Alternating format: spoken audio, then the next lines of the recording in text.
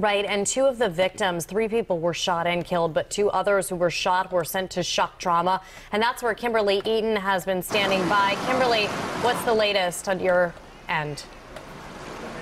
Well, what we've heard in about the last 20 minutes or so, our media partners, the Baltimore Sun, reporting that Governor Larry Hogan has told a reporter for them that the 2 patients who are in treatment here at shock trauma were shot in the head. Again, we are still working to confirm that with the hospital. The latest that we have heard from shock trauma itself is that those 2 patients are here. They are in treatment. They are in critical condition.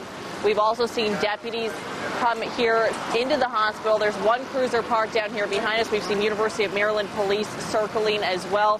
Security a little higher here today, again, as these 2 patients are in treatment at shock trauma. We're waiting to learn more about their condition. We've reached out to the hospital. We want to know the extent of their injuries, where they were shot, how many times they were shot, what the course of treatment is, and of course how they are doing right now. That is what everyone wants to know. And even as Governor Larry Hogan, we mentioned, telling our media partners, the Baltimore Sun, that those 2 patients were possibly shot in the head. He also put a separate message on his Facebook page expressing his condolences for the victims who died in this shooting, their families, and the 2 patients still in treatment here at shock trauma. We are, of course, still standing by. We're reaching out.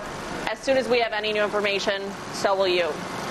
Kimberly, thank you. It is absolutely heartbreaking, and right now police are speaking to the families of the victims as well as employees of Advanced Granite Solutions, and that's where Rick Ritter is live. Rick.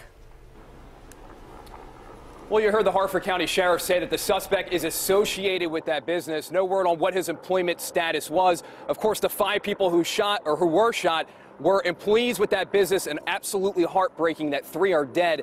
And this is where they are urging the families to come of those victims here to the Richland Ballroom. And as you can see behind me, it's a very secure area. ATF agents out here, Harford County Sheriff's deputies, and some of them walking around, maybe not from our vantage point right now, but a little bit earlier, we saw some of them walking around with rifles. I had a chance to speak with the ATF.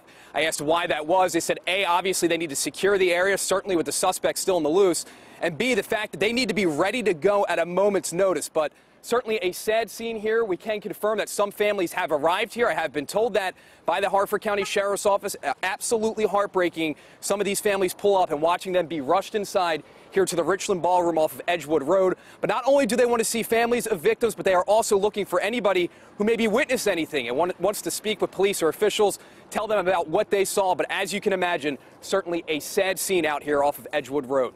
Back to you. All right, Rick, thank you. And of course, we're going to continue our live coverage of this as the suspect is still on the loose.